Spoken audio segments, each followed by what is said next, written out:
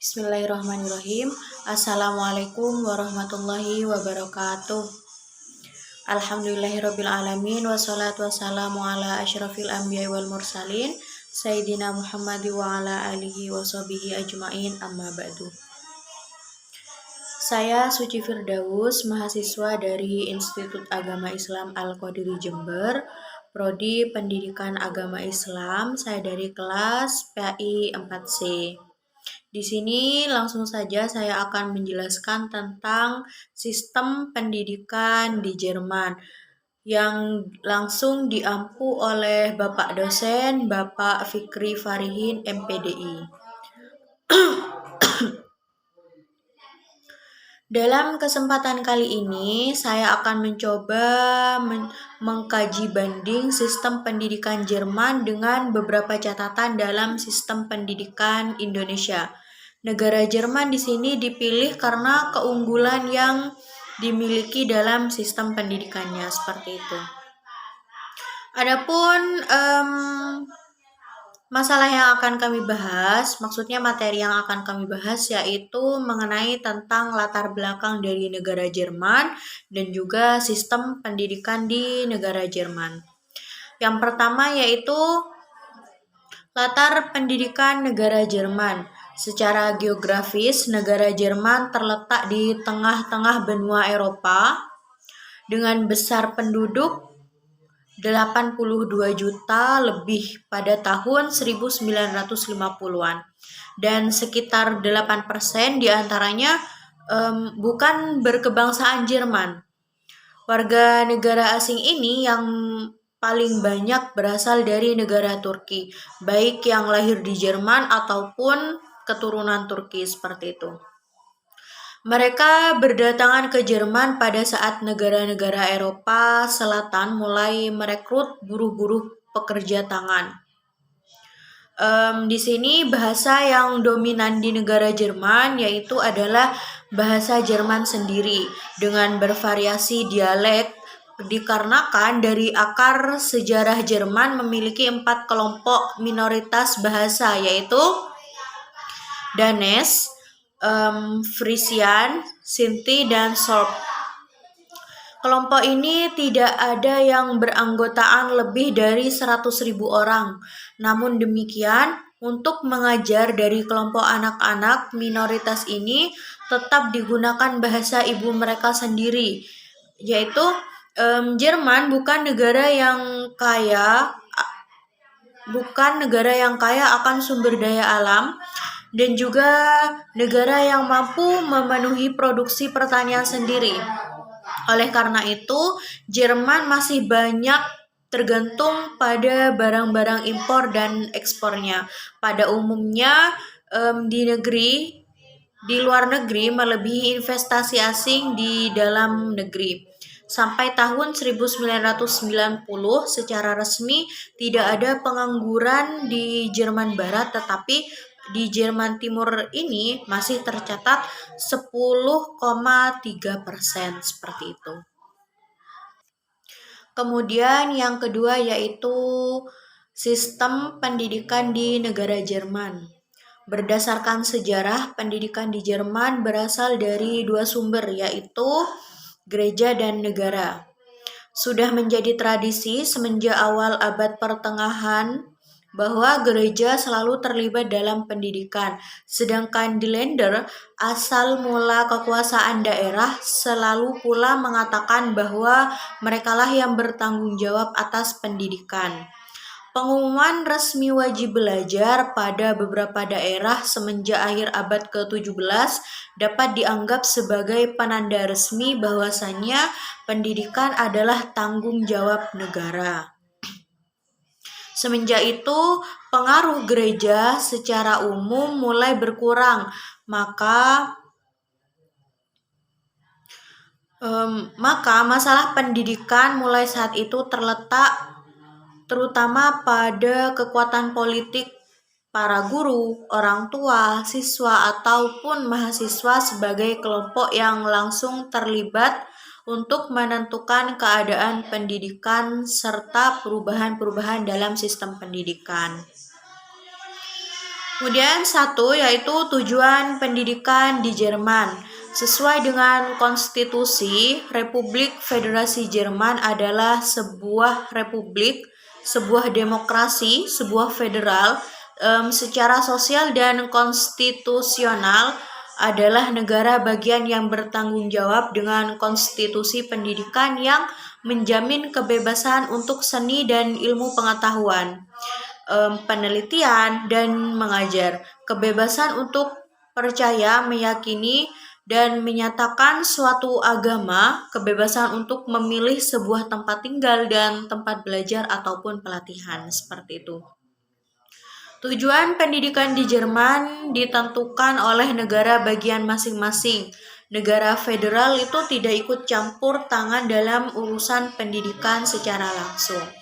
Kemudian yang kedua yaitu struktur dan jenis pendidikan.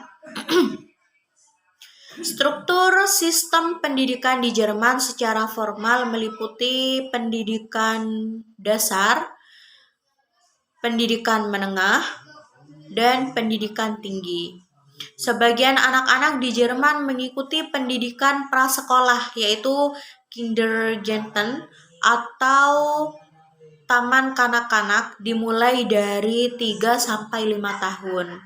Pendidikan ini dinamakan Vorbereitung yang berarti persiapan sebelum pendidikan. Konsep taman kanak-kanak di Jerman banyak ditiru oleh negara lain. Oleh sebab itu, tingkatan sekolah ini di beberapa negara tetap mengadopsi nama Jermannya. Penyelenggara taman kanak-kanak paling banyak adalah gereja-gereja, organisasi sosial dan komuni, kadang-kadang juga perusahaan dan perkumpulan. Setelah dimulai pendidikan dasar pada 6 tahun, pada 6 tahun sampai dengan 9 tahun, pendidikan ini dinamakan Grand School yang berarti sekolah dasar. Dari Grand School di sini, seseorang mempunyai 4 pilihan untuk melanjutkan sekolahnya. Yaitu yang pertama High School kelas 5 sampai 9 atau 10 tahun. Yang kedua Real School kelas 5 sampai 10. Dan yang ketiga Grand School kelas 5 sampai 13 dan yang keempat yaitu Gymnasium kelas 5 sampai 13 seperti itu. Pada tahun 1996, angka pendidikan murni murid SD adalah 86%, sedangkan angka melanjutkan ke sekolah menengah adalah 88%. Selain pendidikan formal, di Jerman juga berkembang pendidikan non-formal yang berupa pendidikan vokasional, teknik, dan bisnis yang diwajibkan bagi anak-anak yang tamat dengan jasa pendidikan umum pada tingkat Hauptschule atas atau Reschool, dan juga yang tidak dapat ijazah setelah tamat belajar 9 tahun. Pendidikan ini merupakan persyaratan untuk mendapatkan pekerjaan dan pelaksanaannya dapat diikuti secara paruh waktu atau purna waktu seperti itu. Pendidikan non formal yang lain yaitu berupa pendidikan orang dewasa yang bertujuan untuk meningkatkan kualitas kehidupan masyarakat. Yang ketiga yaitu manajemen pendidikan di Jerman.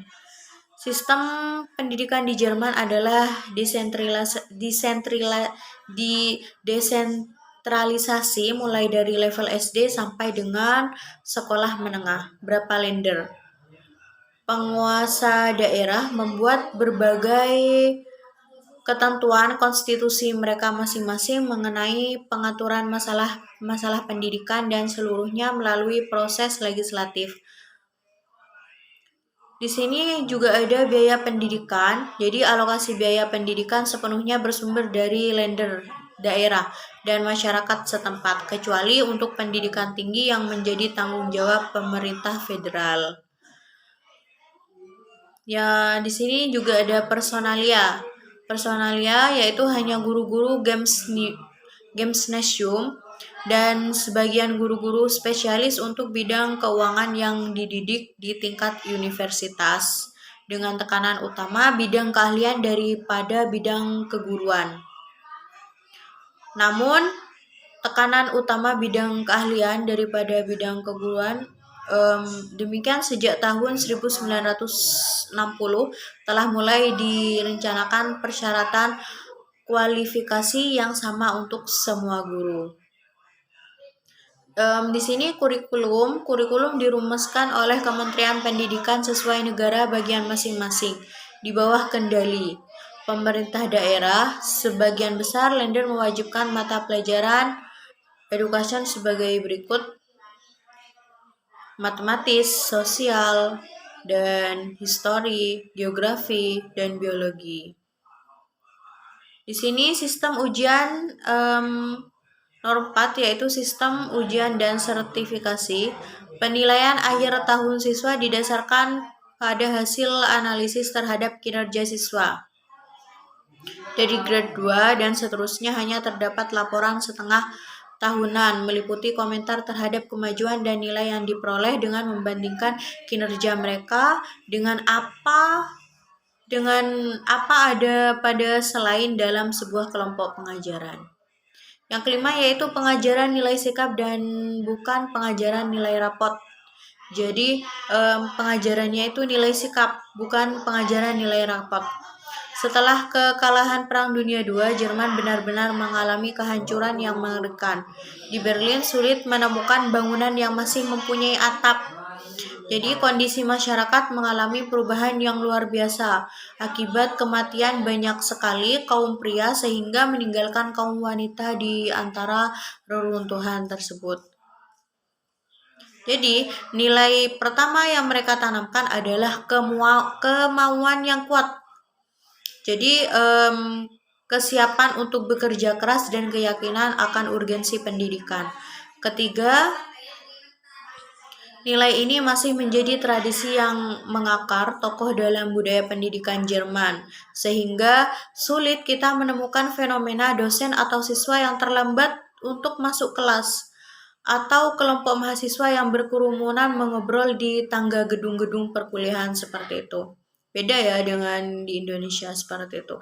Tapi ini salah satu metode atau pembelajaran yang mungkin juga bisa diterapkan di Indonesia seperti itu. Karena pembelajaran di Jerman di sini sangat-sangat mementingkan yaitu tentang kedisiplinan seperti itu. Jadi memang disiplin itu sangat penting, baik itu disiplin waktu maupun disiplin lain sebagainya seperti itu. Jadi hal ini berbeda antara kurikulum pendidikan tinggi Jerman dan Indonesia adalah jalur masuknya. Di Jerman untuk memasuki perguruan tinggi dipakai hasil ujian abitur dan nilai Gymnasial Observatif ditambah dengan tes sesuai dengan jurusan yang dipilih calon mahasiswa. Sedangkan di Indonesia untuk masuk perguruan tinggi melalui ujian masuk UM tanpa memperhatikan nilai pada sekolah menengah. Jadi pendidikan di Jerman di sini yang sangat dipandang yaitu pertama tentang kedisiplinannya, karena memang disiplin itu sangat penting ya. Jadi mementingkan proses daripada hasil seperti itu. Terima kasih kepada teman-teman, kepada Bapak dosen. Hanya ini saja yang bisa saya sampaikan, kurang lebihnya mohon maaf. Saya akhiri. Wassalamualaikum warahmatullahi wabarakatuh.